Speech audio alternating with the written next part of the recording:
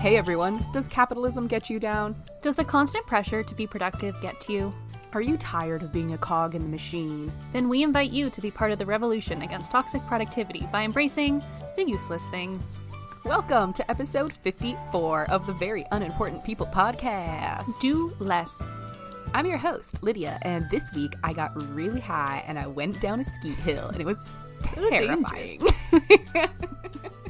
And my name's Courtney, and this week I got stuck in Vancouver twice. Oh. Within the same week. Eventful week for us. Yeah, tell us about your skiing experience. Okay, so basically, I'm like an okay skier. I would say that I'm above like beginner for sure, and above like intermediate. Maybe I am an intermediate. So I went to Mont Tremblant, which is in Quebec, which is in Canada, and it's like one of the bigger hills that you can go to in the earth. Sorry. On the earth, yeah, just to clarify. In North America, on the earth, yeah. Yeah. And it's like one of the bigger ones you can go to that's like kind of close to here and like reasonably priced, and it's like pretty touristy, so a lot of people go there. But basically I was doing, for most of the first day, I was doing like greens, blues, and some black diamonds, and I never touched the double black diamonds because the black diamonds were so freaking hard that I was like, there's no way that I could do like the regular one. And there's also these fun little areas called the glades, and it's basically spaced out trees that you can ski in between, and you can like kind of weave back and forth, except throughout the day, fun yet terrifying. Yes, exactly. Except throughout the day, these skiing like in between turns into a type of mogul situation. And the thing with moguls is that I can't do them. So moguls are like the bumps on the hills, you know. I'm pretty sure it's an event in the Olympics, and like I am not a mogul person. So I also have really vintage skis, so it kind of, I feel like it might hinder me a little bit because they're very old and they don't like have like the aerodynamics of the newer skis or whatever, and like my boots are just very like compressing and blah blah blah. So already I feel like I was at a disadvantage. And then we decided to smoke a jaunt on Mont Tremblant because what else you gotta do? And we came up with a fun little saying, which was a jaunt on Mont Tremblant. And then we took it even further. It said jaunt Tremblant. It was pretty fire. I don't know, it was a good joke at the time. It was creative, I'll give you that. Thank you. And so we did it in the glades, and we're like chilling near this log, and we took our skis off and we're like hitting the jaunt, and suddenly like the noise of skiers behind us becomes so loud. Like it sounds like a tarp being ripped in half, like over and over and over again, like right next to my ear. I was like, what the fuck is that noise? Like I was like, why is it so loud? And they were like, it's just the people skiing, Lydia, it's fine. I was like, no, it's literally so loud. Like what is happening right now? And then we decide to leave. And then I realized that I'm the one making the loud ass noise. So every time I go, ksh, ksh, I'm like, ah! I feel like I'm fucking losing it because I just hear this loud ass noise in my head. And then we go down further down the hill, and like, I don't know if it was just my impaired state or if it was a really hard hill, but I felt like we were going down a black diamond. And I were was you just in the like, glades? Just to clarify. Or just down we the weren't hill? No, we had to go because the glades were in the middle, and then like on the side is like a little hill that you could go down if you want to bail out of the glades if they were too hard. Bailed. So like, yeah, I bailed quick. Okay. I bailed right away. I was not going through the glades in that condition. So I bailed as soon as I possibly could. And then just like even going down that hill, I guess it was also for advanced skiers, so some of it was mogul-y, but I couldn't tell if it was mogul-y or not, and I was just like kind of going down it, and I was like going so fast. I was like, oh my god, I think I'm losing control. And then I finally regained control, and I was the last one down the hill, and my friends were all like watching me come down, and I get to the bottom, and I was like, guys, that was terrifying. They were like, oh, you looked so great at the end of it, like I'd never seen you ski like that before. Like it was so controlled. So just like calm on the outside. But inside there was a lot freaking going out. Yeah, but they were like, that was so great, like wow, good job, like you really had control over the skis. And then like, you know, the cut at the end, I was like, shh, it was yeah, so that was kind of my experience. It was pretty intense. I would have literally died if I did that. Just died. I did fear for probably my life just at one gone point. down on my butt. I'm like, I'm done. I had to do that at one point in the day, but that was like the day before, and I was completely sober, and I still had to go down on my butt. Okay. It happens, you know? It does. Sometimes it's just so icy and so steep, and it's just not possible. You gotta go sideways. and then really quickly switch directions, and then yeah, and then like just or just it'll slide take down maybe sideways. Sometimes 30 you can do minutes. that. You can just slide down the whole hill sideways if it's like steep enough. That's what I used to do. That's true. Yeah, sometimes that's why that like doesn't work for me when I'm like going sideways down the hill, because I feel like I'm gaining speed even though I'm going directly across the hill. I'm like, why am I picking up speed? I'm going technically straight across an incline. Like, I don't understand physics. So it was a really confusing time. Just two arts majors trying to make it through the world. Trying to make it through the world. Trying to make it through life. Not understanding physics. No. Physics is not hard. fun. I just live in the physics world. I don't want to understand it. I just live in it, Me you too. know? Yeah. It's physics' Sometimes world. it's better not knowing. Exactly. It'll just confuse me too much. I don't want to know. So tell us about your airplane experience. Oh boy, you guys.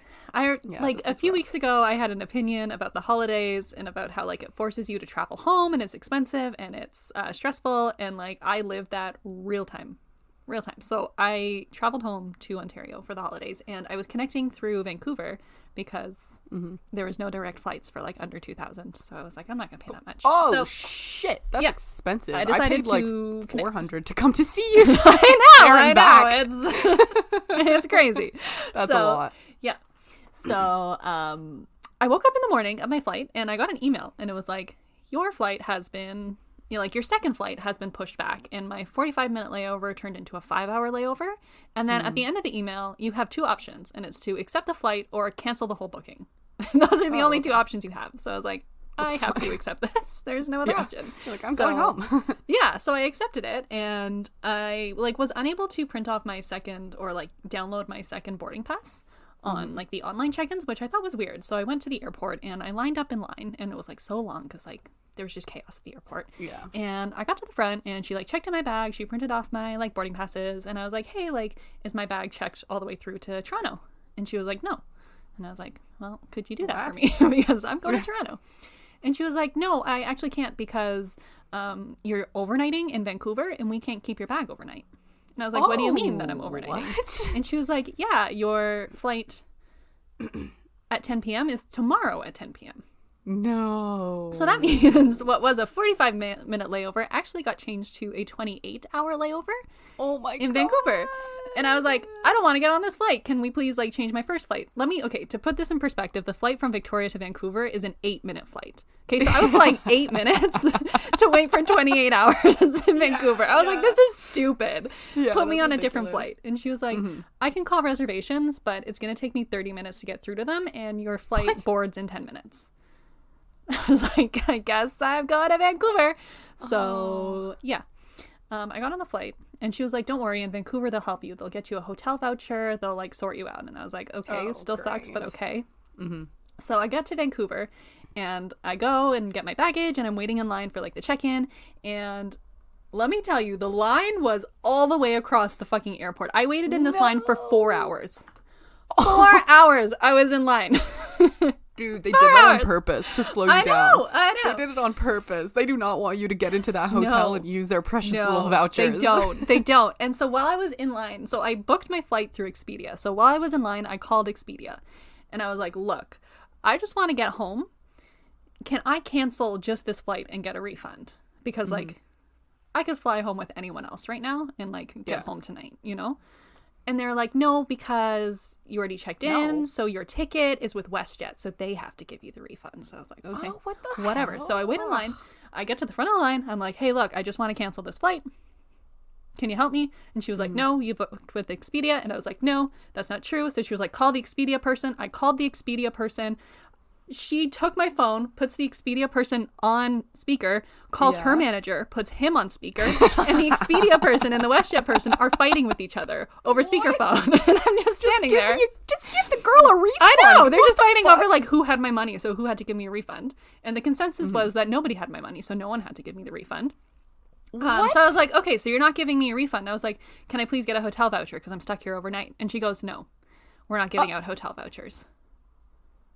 I was like, so I'm stuck here for 28 hours. You won't give me food, taxi, hotel. She was like, no, you have to figure that out yourself. And I was like, what? But it's completely their fault. Yeah, I know. So at the end of the day, there was a flare flight right beside me, like beside the check-in counter that was flying out in like a couple of hours. And I was like, by the time that I pay for a hotel, a taxi both ways, and like 4 meals, it's going to be probably the same price as a Flair flight. Holy shit. So I bought another flight.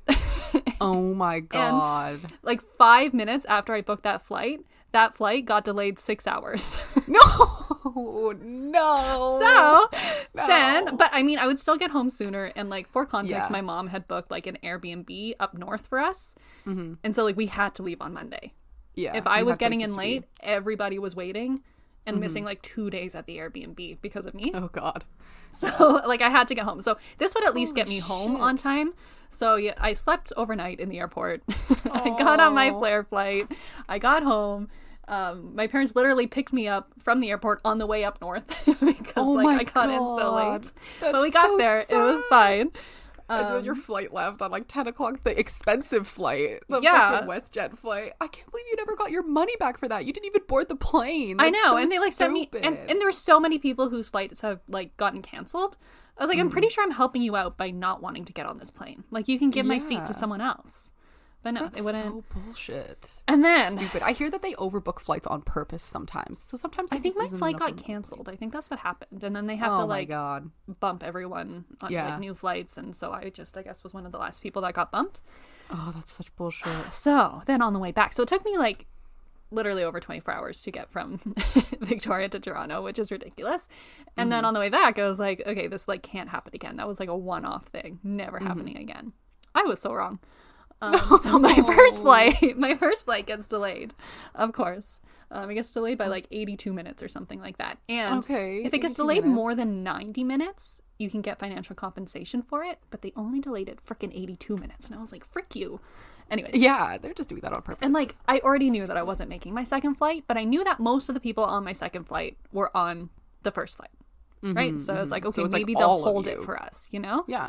So we get on the plane, it's late, we fly, we land, I get an email being like, your itinerary has changed. You're now on a flight like tomorrow afternoon or whatever. So, and then I checked the time that our flight landed, like my second flight landed or took off from Vancouver, and it was 10 minutes before we landed.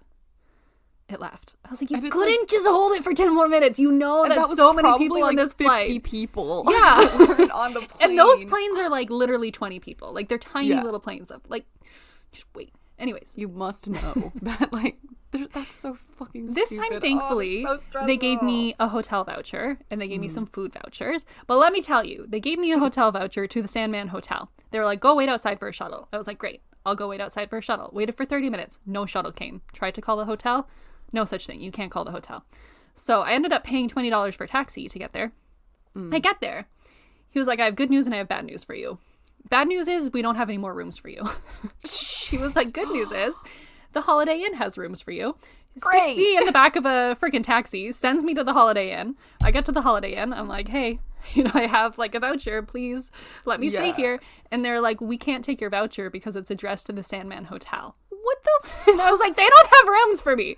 Yeah, and they were like, you have two options. Space. You can go back to the airport and try to get them to give you a different voucher, or you can pay for it and then try to get a refund. And at this point, it's like 1 o'clock in the morning, so which is like 3 o'clock in the morning for me because I'm Toronto time at this point. So I just paid for the hotel.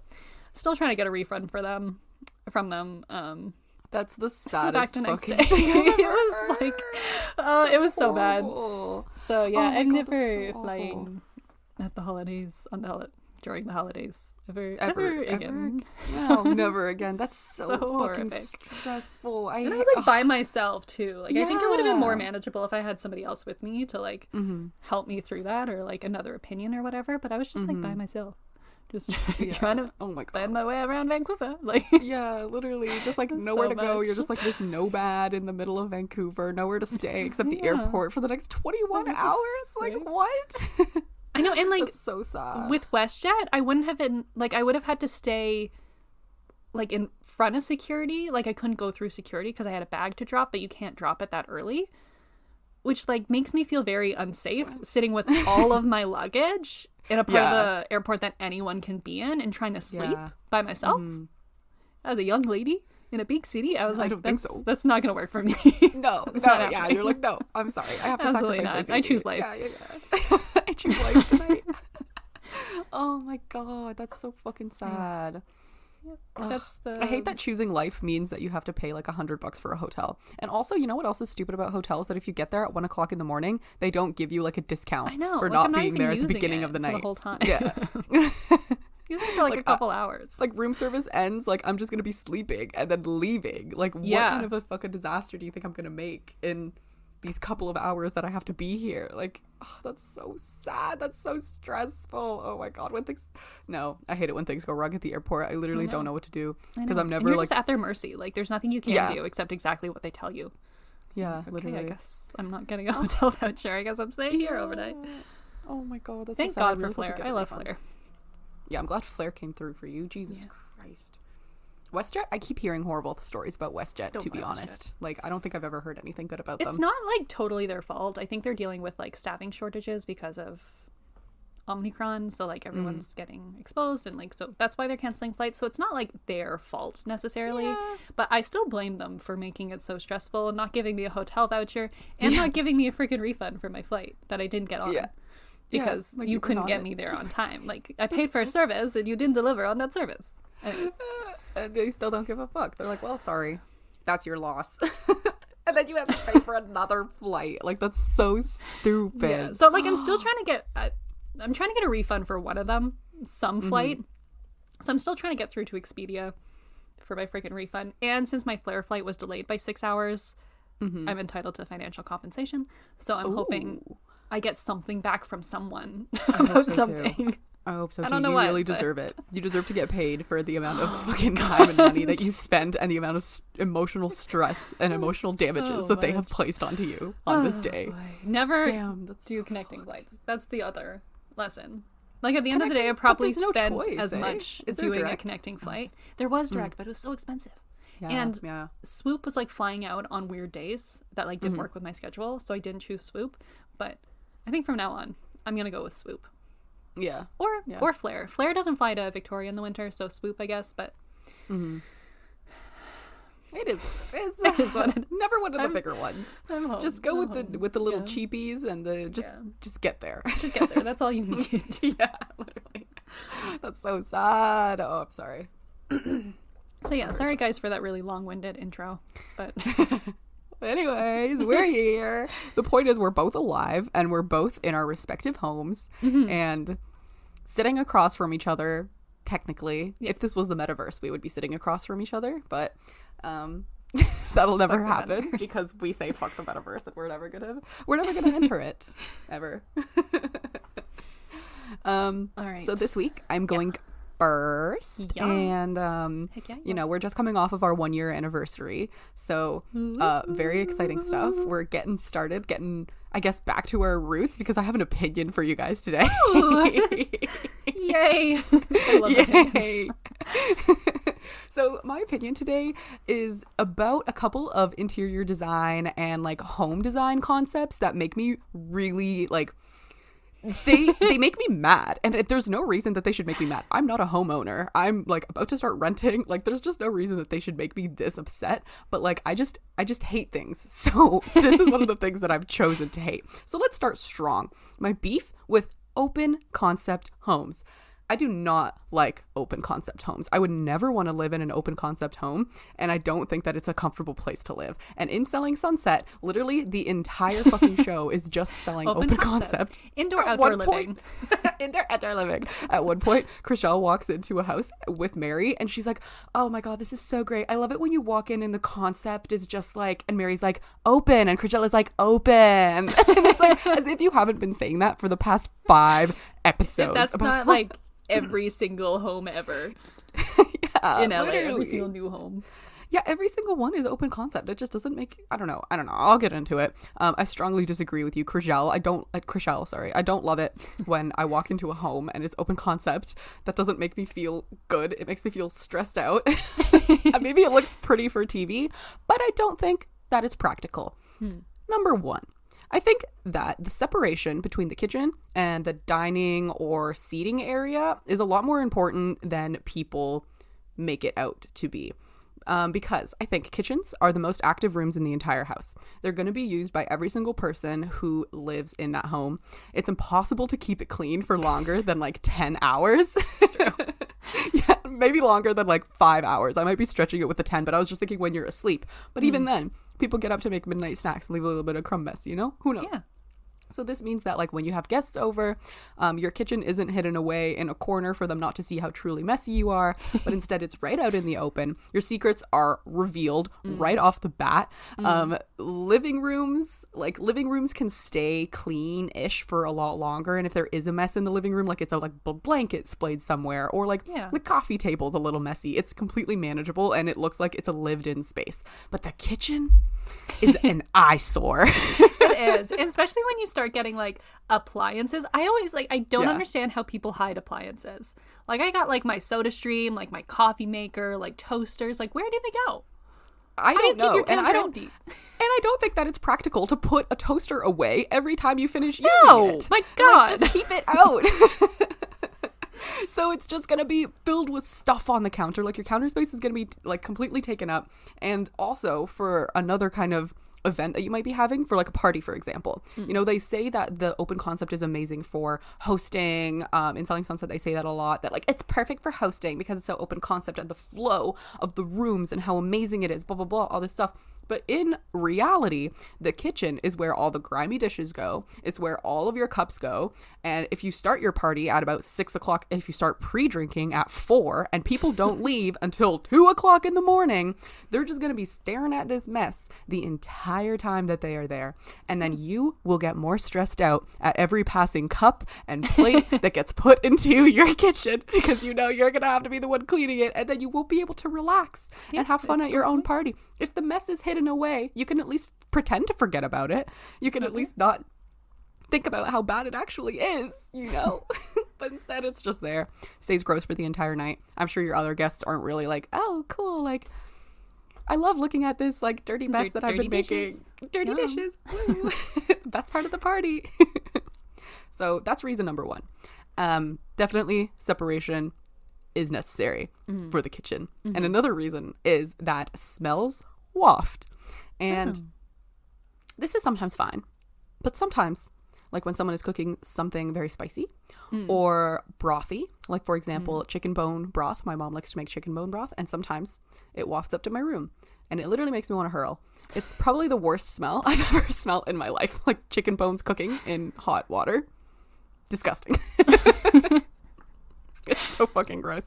And I can't imagine how shitty that would be in an open concept living space, because then that smell like gets sucked into your couch and gets sucked into your ottoman and like gets on all your appliances. And like, it's just, yeah, I just don't think it's a very great idea. And people don't want to be smelling that, even if they're just sitting there like minding their business, watching TV, or like having an office or something like that. Like people don't want that. Also, another thing is the noise.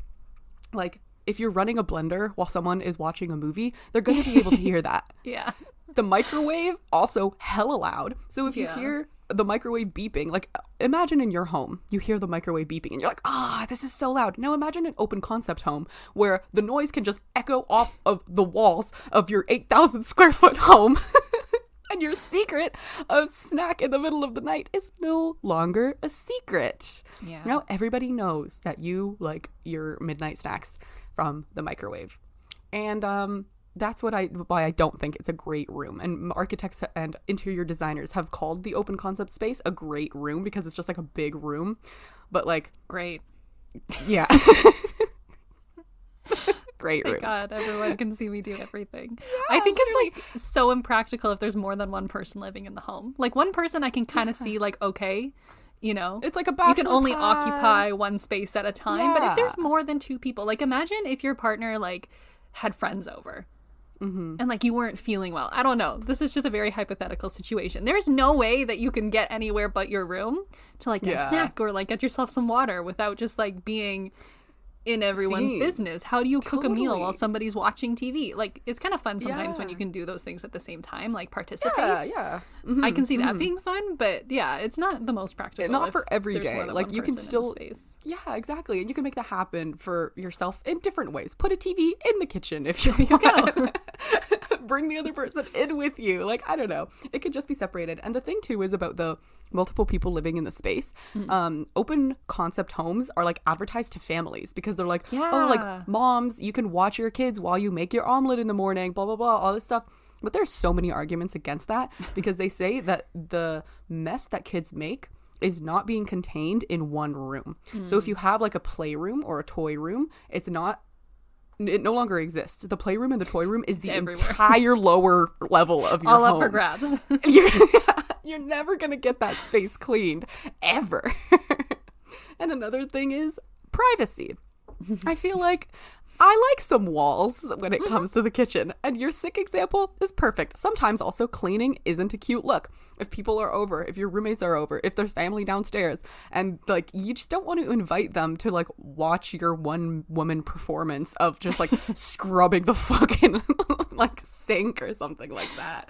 It's just not it. I think like dining room and kitchen separation, like it's okay. It could work in like a certain configuration. Maybe this is because of like what my house is like, whereas like it's more traditional. We've got walls separating like most of the areas, but there's still a flow to it, so it's still totally fine. Maybe I'm biased, but I personally think that it's nice to have like freshly cooked food into a bit of a separate area. If you're working in the kitchen for your friends or your family, and having a wall in between you doing the cooking and them hanging out prevents FOMO. Because then you're kind of like you're in your own space and they're in their own space, and you don't have to like look at them having fun while you're like maybe not having fun in the kitchen. Like cooking is fun sometimes, but sometimes it's not. So sometimes it's nice to be able to just like be a different part of your lives, you know? And it also prevents feelings of guilt from arising from not helping. Even if you said like, oh, I'll help. But it helps the feelings stop from arising. And these are the things that the articles won't tell you, okay? It's cool. It's cool to like have the secrecy of a meal being prepared, you know? Yeah. Part of the fun of like seeing like a beautiful plate come out or like a beautiful piece of pie come out is not seeing that the spoon was dropped on the floor or that like... or that you had to do like a last minute seasoning. Scrape off a layer of burnt crab. Yeah, exactly. No spills made along the way. Not seeing the mess, you know? It helps you stay cool, calm, and collected. And it helps you feel, yeah, exactly. It's a mystery, and it's cool to have like a restaurant dining experience too, right? Like you could just get your food brought out to you and it's like, oh my God, this is so awesome. This is just randomly prepared. And they'll never see like the stack of dishes or the stack of shit going on in the kitchen. It's the secrecy and the surprise is nice. And I don't think that we should take that away with these stupid open concept homes. I'm going to get into it a little bit more later because I have beef with another part of the world that I will get into. So remember this. Part 2 of why open concept sucks. Also privacy part 2 / open concept sucks part 2. The pandemic. So, right? Classic. This is like just relevant in every area of our lives at this point. Always. People have started moving out of their open concept homes. The want for open concept homes has steadily been dropping. In year 1 of the pandemic, Americans were split 50-50 about open concept, and every year since the pandemic, that has dropped by about 2%, leaning closer. Like, we need some goddamn walls in here. Yeah, we need some space. Like, we need to be able to just like reflect, relax, and chill, and just be on your own. Like, just being. Like, I get it, you know, we've been, like, alone for so long, but still, having your privacy from, like, other people, it's necessary. It's needed in a balanced life, in my opinion. And a lot of people are kind of, like, straying more towards the traditional style of homes, or, like, the closed concept. One architect called it broken concept home, which I hate. Hello? Yeah. What? Open concept, broken concept. Like, bitch, broken concept came first. Put some respect on broken concept name. Call it traditional. Call it what it is, not broken concept. So yeah, I think people like to retreat into their own private spaces, and so much so that people who have open concept homes are now getting work done on their homes to like add a room into the back and call it a plus room or a utility room that can be used for working out of an office, or a dedicated playroom for the kids, or for like lifting weights and working out and having an in-home gym or something like that. People are adding this into their open concept homes. So if you have a traditional or broken concept home, you're already winning. Okay, you're doing good. Another couple of other points that I found from doing research, barely any, but like still. apparently it's a lot less energy efficient, and it takes a lot more to heat or cool an open concept home than it does regular rooms. Interesting. It's also harder to build because there's no support walls throughout. Yeah, structurally it's difficult. So they have to use heavy metal on the sides. Engineering. Physics, exactly. So in a way, it's less safe. This is coming from my brain. Not the physics and engineer's brain, but still. Also, something I didn't think of is that there's less space to hang up artwork. Aww. You only have 4 walls instead of like a bunch of other walls. That's true. Sad. Good point. And a lot of people say that it works on reality TV because it looks like a showroom for furniture. So it's like easy to look at it and be like, wow, look at all this nice furniture and this nice kitchen and this nice this and it's nice that. It's not really about like the home. It's more about the stuff that's in the home. So that's how we've been bamboozled and tricked into thinking that open concept is cool. But it's not.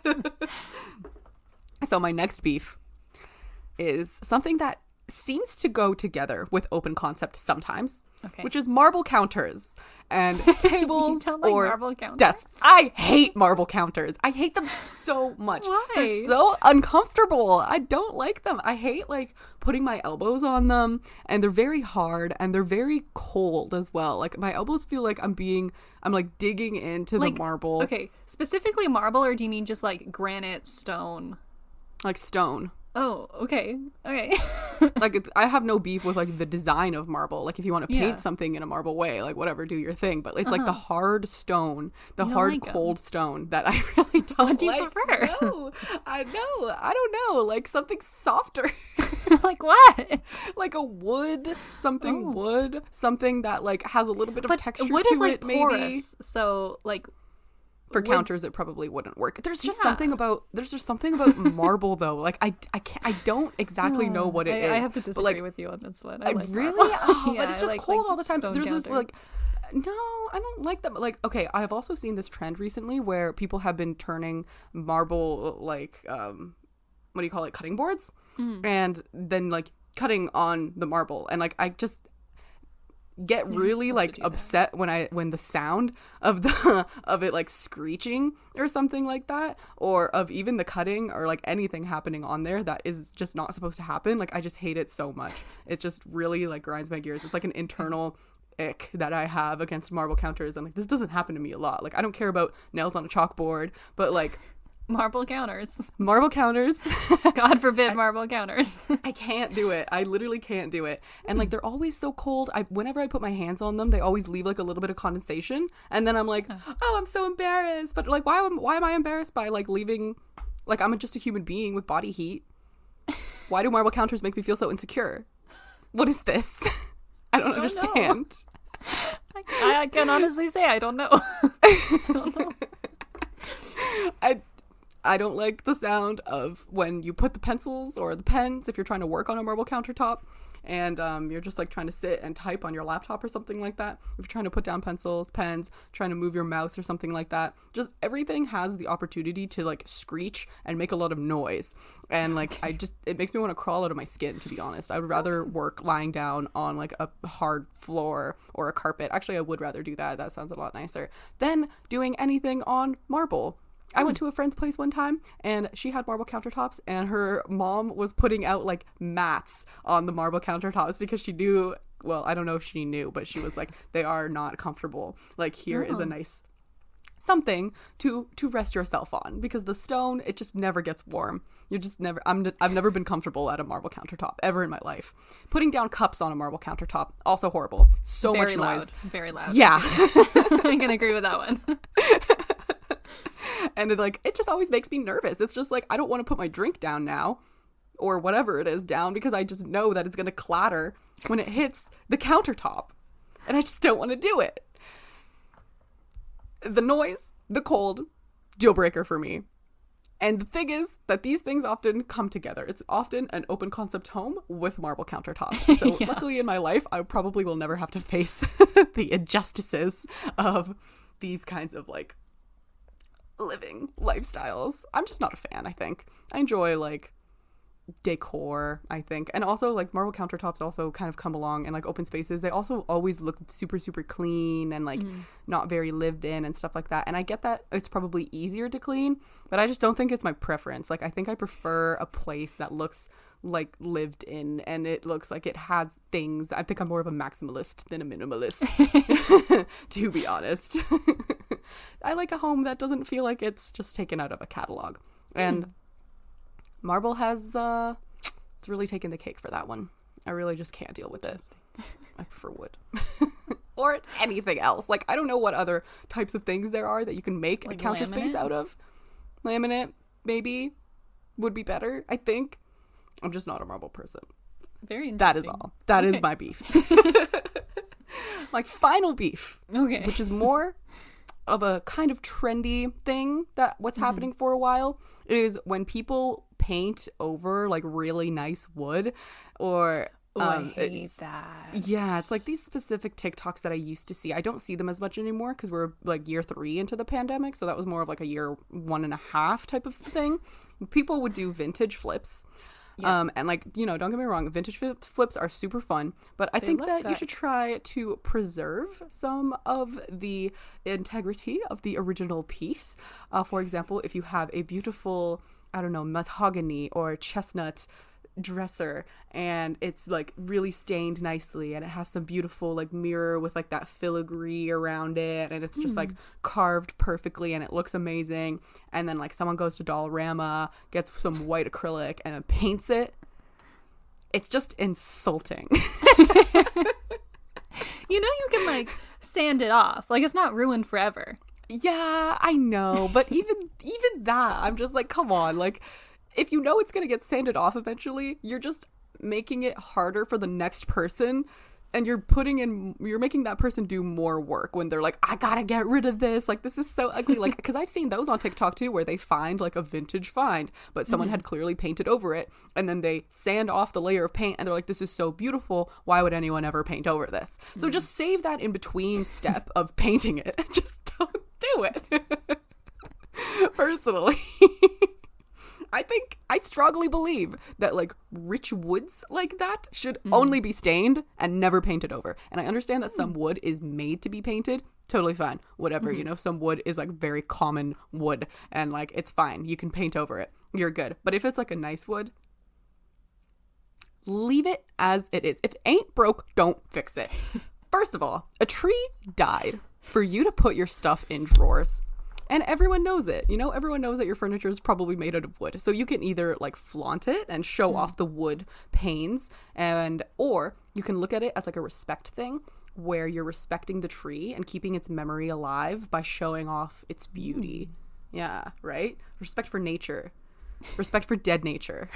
Preserve the wood pattern. You know, I was actually watching a TikTok like very recently, and it reminds me of this. She was talking about like, you know how there's like that whole fast fashion thing? Yeah. She was talking about like fast design, I think it was called, or like fast furniture, about how furniture today is like made to be thrown out, but furniture used to be made to like last forever, and it was passed down through generations, and like there were big industries for refinishing, not like painting over, but like refinishing like wood and stuff like that. So I think it has to do with that. I think it's people trying to make like old furniture into like look more like modern-y? The furniture that's sold today. Which is normally like colored or like white or something like that. Yeah, versus I'm thinking that, like, of like a white style. IKEA desk or something like that. Yeah. And it's like, it's painted over for sure. I can see that. And it was never meant to be like the wood that's like don't try to sand those down. No. It's not made for that. It's not made for that purpose. Yeah, but it's like, so I think it's like people trying to bridge those two, which maybe shouldn't be bridged. Like if you want a white desk, maybe buy it from IKEA. Yeah, it might be not as good, but listen, at least you're not like tarnishing some beautiful vintage. Like if you're gonna be doing the vintage thing, you gotta have respect for the vintage. You gotta have respect for what it used to be, you know? You know, you gotta like give it a second life, not just like turn it into this fast furniture industry plant situation. Please. Respect Mother Nature. Like nature is literally doing the design work for you at that point. And like, yeah, it's just not for me. You've already murdered the tree, and now you're gonna disrespect it by painting it like white with polka dots or something like that. It's really, really rude. There's no need to flip furniture. That's already good. So yeah, to end it off, my nightmare home would be open concept with marble desk space and painted drawers that aren't meant to be painted. So yeah, in conclusion, I just don't like modern homes. I just have a lot of beef with them. Like I just don't feel comfortable in them. I can't see myself living in a modern home ever. And yeah, I'm just not a fan overall. It's not for me. And I don't think like, that suck I think like it's the falling out of life and favor. the character out of homes, modern homes. Totally. They're all just like cookie cutter, empty spaces. And it doesn't have, it doesn't look customized. It doesn't look like anybody lives in it. Like it literally just looks like it could be passed down onto the next person, and it's just fine. If it looks like someone lived in it. That's the thing with like these modern like open that's spaces is that if you're not like very, very neat and very, very clean and like no clutter, it looks awful. Yeah, it looks really, really, really cluttered, and you're not meant to never be be able to get on top of that mess because that's just how you live. That's just it's fine, but like it's just not for me. If I ever get an open concept home, I will be building a wall for sure. At least in between like the kitchen and the rest of the area. At least fair there, enough. Maybe. Oh man, it's not for me. Yeah, fair enough. Fair enough. Fair enough. And yeah, that's my opinion. That's all I got for you Love guys. It. Very valid. Very valid. Fuck you if you don't agree. No, I'm kidding.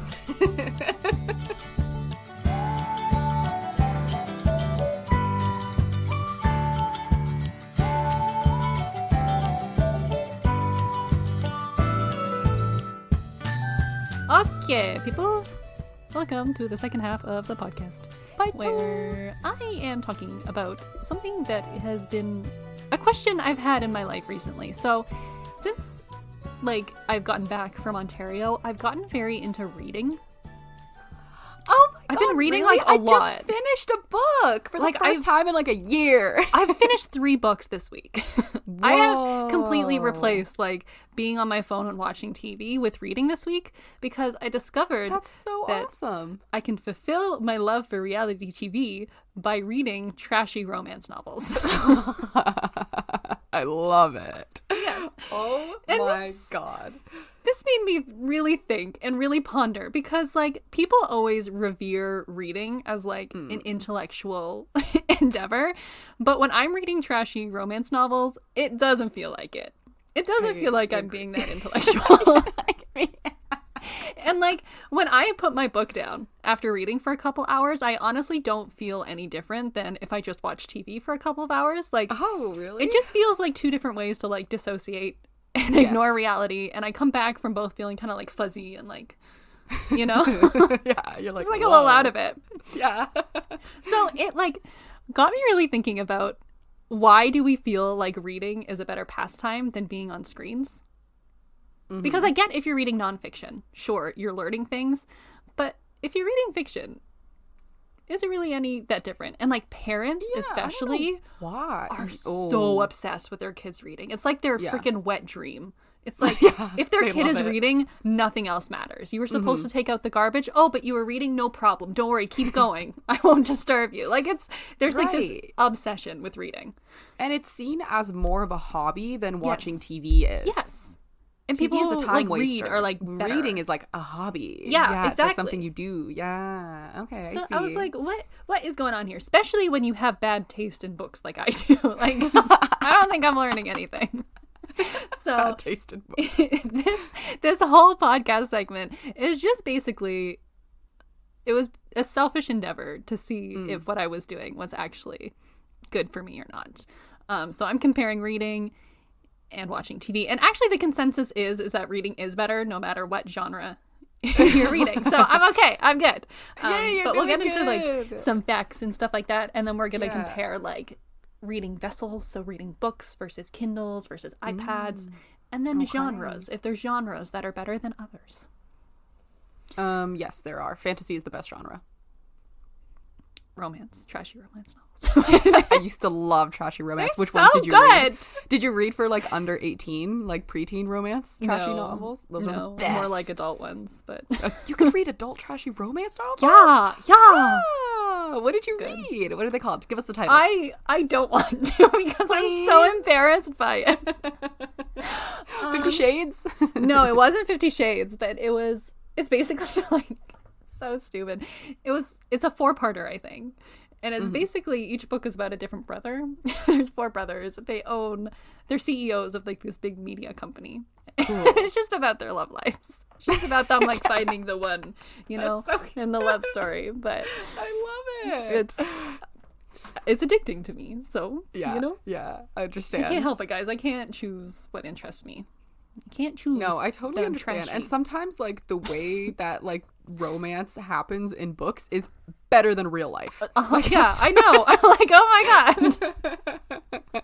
Amazing. It's like my life could be like that. It just feels like it's so much closer to reality than TV is sometimes. Like when I'm watching TV, I'm like, oh my god, that would never happen. When I'm watching like Hallmark movies. But when I'm reading a book and they're like, he slowly like cups her cheek and like, yeah, like, it's like I can feel it. Yes. Yeah. So I love trashy romance. Me too. Let's get into it a little bit. Let's do it. So some research that we will get into. So in Hikaru Takaichi Tohoku University in Japan, university in Japan, they basically did a study on children, and they found that children who watch more TV versus reading books have lower verbal reasoning and higher levels of arousal and aggression. And the frontal lobe of their brain, which is actually where the verbal reasoning is, thickens. Which is bad. It's not supposed to thicken. Okay, because you get more aggressive and more aroused. I think more like tough, like less pliable, doesn't work as well kind of situation. Okay. But then on the flippity flip, in a 2015 study, the University of Maryland found that kids who watch Sesame Street as preschoolers are better prepared for learning when they enter kindergarten. So it's not all bad for that's so it can prepare you. Yeah, it's just training you on how like school works though. I don't know if you're better prepared for learning. I think it's just like that's what the research says, Lidia. Okay. That's what the research says. Sesame Street, good. Sesame Street, bad. Good. Book, no. I mean, I don't think preschoolers can read, so that might also be why. True. I don't think there was much of a comparison there. You're right. They are learning the ABCs. It's a little bit more of an accessible medium to them. Okay. But basically, the consensus of research says that reading a book is really good for you and better than listening to audiobooks or reading on an e-reader. So physically, like reading a book is the best thing that you can do. What? And what's wrong with e-readers? We'll get into it. Don't worry. We'll get into it. Not a whole lot, to be honest with you, but we'll get into it. So basically, reading as a whole, it reduces stress, it promotes comprehension and imagination, it alleviates depression, helps you sleep, and it can also prevent Alzheimer's, which is kind of cool. Yes, I have heard that about reading too. It keeps your brain active. Yes, exactly. So basically, the thesis or the main argument to this is because reading is an active activity while watching TV is passive. Isn't watching TV also kind of the way I do it, it can be active, like when I get emotionally invested in characters' lives. Okay, it's not like it feels like it's active, but it's not active in the sense where like, so when you watch TV, it like stops like a step short, because when you read a book, you have to imagine the scene. When you're watching a TV, it shows you the scene. And that's like the main difference between them, is that like reading actually makes you actively imagine things and create things and like understand words, where movies kind of do it for you. Yeah. All the context is placed in front of you. You don't need to make anything up. You don't need to like work to understand anything. Yeah. Or like, yeah. Okay. And something that's really cool is that they found that when you read books, it activates the same part of your brain as if you're doing it. So let me do an example. So if you're reading a book about somebody riding a bike, it activates the same part of your brain as if you were actually riding a bike. That's so your brain thinks you're riding a cool. bike. So it's like really good activity for your brain. Yeah. Oh, so that makes sense that like the trashy like romance like feels like it's actually happening to you. Yeah, we're actually because it in actually it. We're in is. love. According to your brain, it is happening to you in that moment. Yeah. Yes. Wow, that's so interesting. So your brain just can't tell the difference between actually doing the thing and not doing the thing. Like obviously you know a difference because you're not like your brain's not like making your feet start like pumping or whatever. Right. Yeah, but, because like it doesn't activates it know the same that part it's of your not? brain. Okay, I guess I Which just is don't cool. really have a big understanding of how the brain works because that Me is neither. very cool. I didn't Yeah. know that was possible. Yeah. And words written in books on average are about twice as complex as those spoken on TV. And when there's unknown words, you have to like contextually try to understand what they mean. Mm-hmm. And in TV, you just kind of Forget about it. don't really care. You just skip right past it, move on. Yeah. You're like, all right, whatever. Forget about it. Move on. Reading requires constant attention, whereas when you watch TV, you can do other things and like have your attention flick back and forth. So TV kind of negatively affects your attention span because it allows you to do I that. can see that. Whereas reading helps you develop like a larger attention span because you really have to like dedicate and focus on your book. Yeah, totally. I hear that multitasking is not actually a thing. No. And it actually makes you work a lot slower. So I feel like TV is kind of an exercise in multitasking and in like working slower. Yeah. Multitasking. And then reading is like if you're only focusing on one thing, it's good. Yeah. Book good.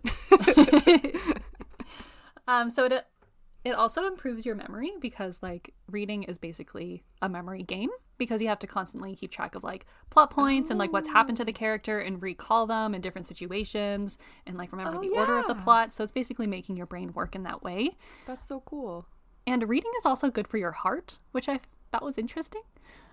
Because it relaxes you. Fall in love? No, because it relaxes you and it improves blood flow to your brain. So it's good for your cardiovascular health to read. That's so cool. Yes. So if your parents were like, go outside, get some exercise, be like, I can just read a book. I'll get the same amount of exercise. My heart is still healthy. And they found that reading for just 6 minutes can reduce your stress by 68%. Damn. Which is a freaking lot. A freaking lot. A lot of stress being taken away. Oh my God. I guess it is relaxing, but I didn't realize how relaxing it is. I don't know, because something about reading feels productive, even though it's technically not. But I think I understand where they're coming from. Because when I'm watching TV to procrastinate versus when I'm reading to procrastinate, it is a different feeling. Yeah. But the vibes are different. I still wonder if some of that feeling is because of like the way we view reading. Yeah. Versus TV. Like TV is just like looked down upon, and like reading is like, oh my God, you read? But like, it could definitely be that. Yeah. And adults who read for just 30 minutes a week are 20% more likely to report greater life satisfaction. 30 minutes a week. That's all it takes to improve your life by 20%. It You just literally gotta makes read you a book. happier. Yeah. That's so insane. Yeah. So maybe it's because it feels like you're living a couple of A different better lives. life. A better life. You're like, And your oh, brain I'm doesn't in know this the fantasy. difference. No. Your brain is like, I'm doing this It's like I'm awesome flying. thing. I can fly. That's amazing. So much sense. Yeah, your brain. Oh my God, you're just tricking your brain into like thinking Into you're thinking doing you all have these skills. cool things. Yeah. Into thinking you're like in Paris writing a novel. I know. It's So wow. cool. I have such a great life. Yeah, that's really cool. Yeah. So let's get into TV. Why TV is, I guess, bad. So it shuts off activity in the brain. So reading enhances and like promotes activity. Watching TV shuts it off. But some pros about watching TV are that it brings people together because like reading you can't really do with other people. Yeah, Like you can be in the same room, but it's not something you can like share. Whereas TV, you can like watch a good TV show or a good movie with someone. It's also like a topic of conversation and is good for bonding with like, you know, like coworkers or friends that you're just meeting. Like you can talk about TV shows that you like and whatever. Yeah. You could talk about You feel books part you of like it, too. you know, when there's like a TV show that everyone's watching. You feel like you're like Yeah. part of a group when you watch it too. Oh, that reminds me of like when there used to be books that everybody was reading. Yeah, And like that was so much fun. those were the days, man. I made one of my best friends from like sharing like a book that we both loved together. That's cute. I know, right? Man. TV is instant gratification, which is kind of nice, but not always good. Oh. TV might disrupt your sleep quality and leave you feeling groggy because of that, you know, the blue light, the devil, The blue light. Oh, not the blue light. Oh, anything but the blue light. TV is also linked to a binge eating and mindless eating, particularly of unhealthy food. I've heard of that. Yeah. Yes, because you like kind of shut your mind off. You're not really thinking about what you're doing, and like a lot of the times you just like keep eating and eating and eating. Yeah, you don't even Really notice that crappy you're food. not hungry anymore. It's just like something to do. Your brain is like, please Exactly. give me a stimulating action. Yeah. I've been sitting here for hours just doing nothing. Yeah. People who watch a lot of TV are more likely to experience a greater decline in cognitive function in middle age. So if you watch middle TV, you're age? gonna get dumb. At 40? Yeah. Yeah, when you're middle-aged. That's so young. Oh, yeah. That's so yeah, young so to be start reading your stupid. freaking books. Otherwise, you're gonna get stupid. Okay. Now, this one, I don't know why, and it had like a medical journal linked to it, but I didn't read it because I didn't think I'd understand it. But binge TV has been linked to a lower sperm count. Don't ask me why. I can't tell you why, but this is the fact. You might not be able to have bubbas, guys, if you watch TV. But read book. And you're on. Many sperms. So watching TV is birth control? I don't know. Maybe. Oh, it might be. That's a good idea. Just put them in front of TVs. Ah, that's so weird. Yeah. And lower verbal test scores correlate with increased hours of watching TV. And this is because of that thicker frontal lobe that we talked about. Oh, you're right. The thicker frontal. Okay, true. And it makes you more aggressive if you have a thicker frontal lobe? No, and more horny? it just... It said arousal, but it was talking about children, so I don't know what that means. I don't know if that just means like they're like easily sorry. like I excitable. forgot we were talking about children. Or if that, I don't know, but yes, it does increase aggression in kids, and like I think they mean like reactivity by arousal. Yeah. I think Yeah, that yeah, I yeah. think They're like that's what they mean. easily Like riled brought up. to anger Yeah. or like to something. Okay. I think. And TV has a neutral effect on vocabulary. So like the span of words that you can Just use. neutral. It doesn't make it worse, doesn't make it better, but reading makes it better. So Yeah. Sometimes I feel like if I watch TV for like all day, I like forget how to talk. I'm not gonna lie. yeah, your brain just like is gone. Yeah. It's like a night. I don't know how to use words. I am in not a needed sentence anymore. Yeah, exactly.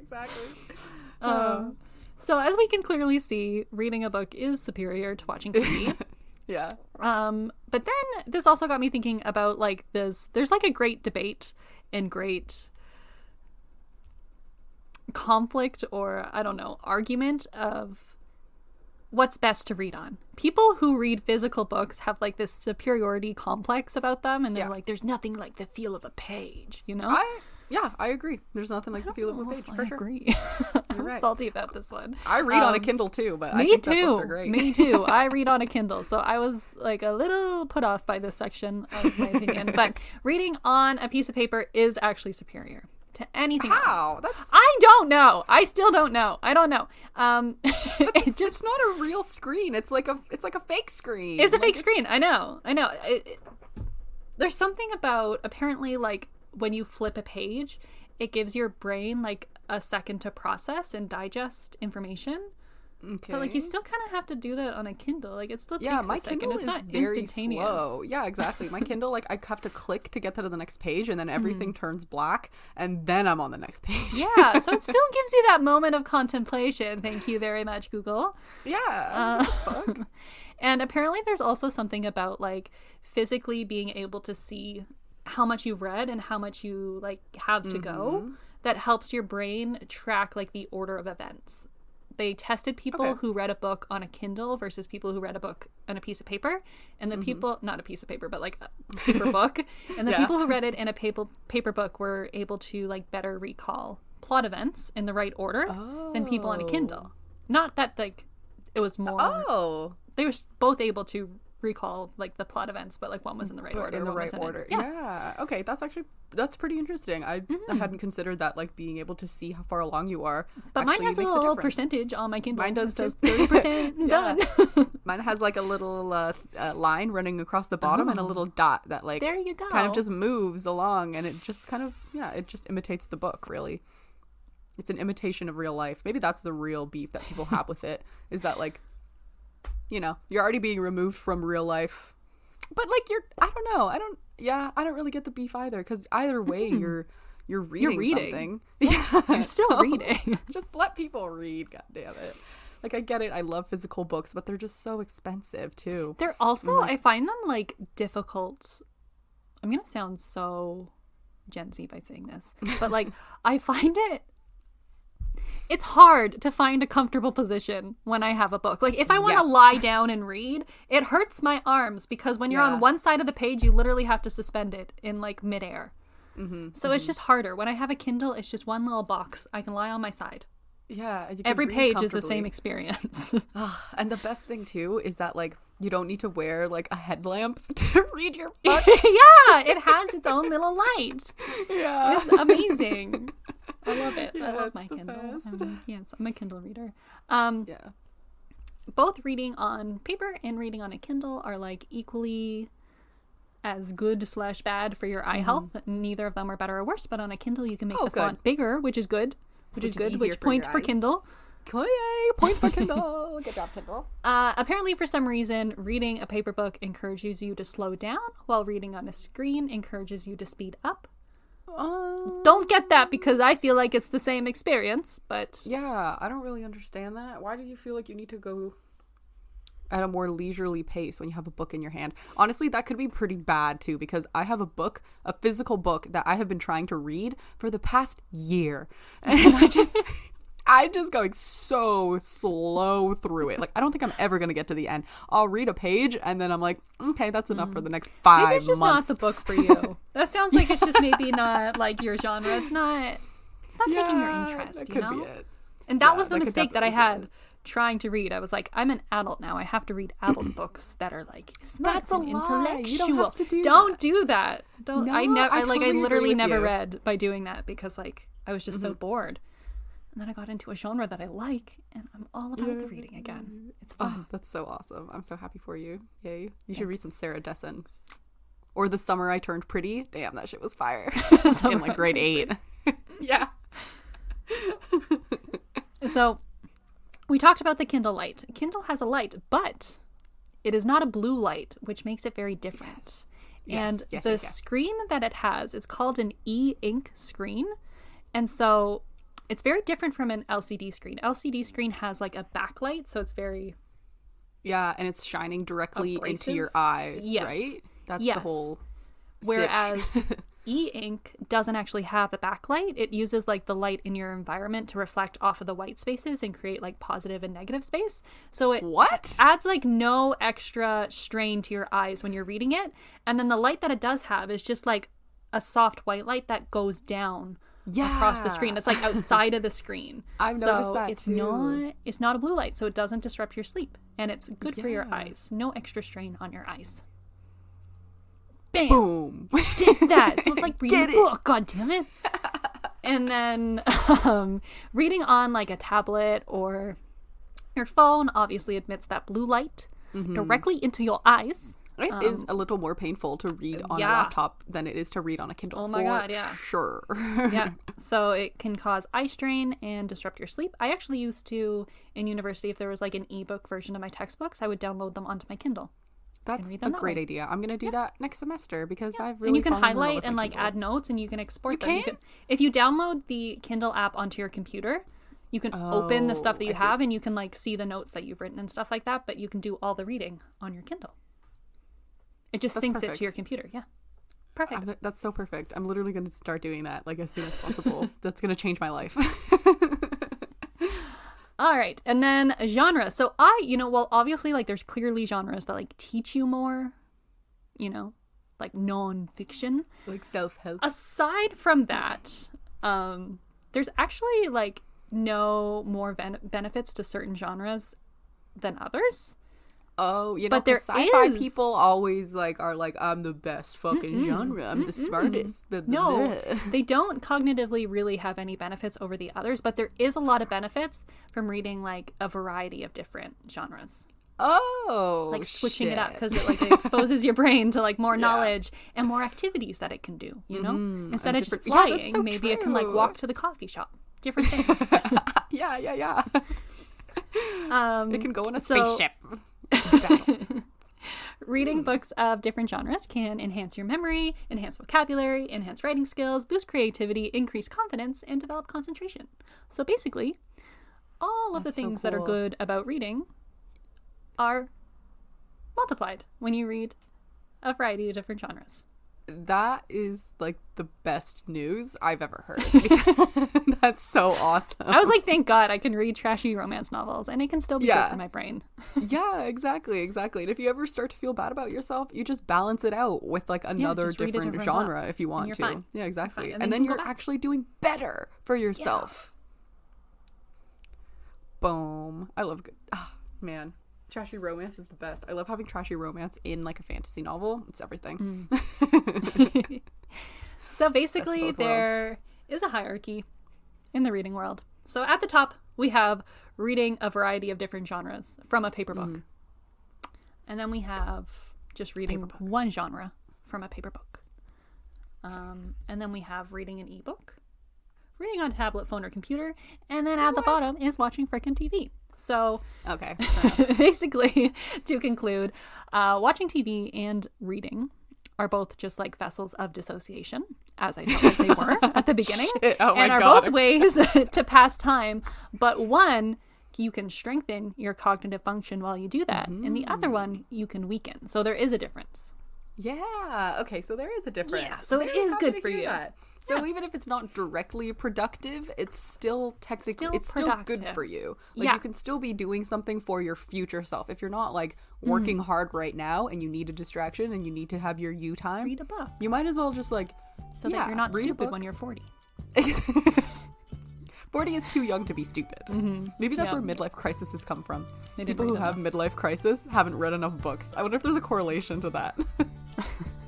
I bet there is. That'd be cool. I'm very happy to hear that. Yeah.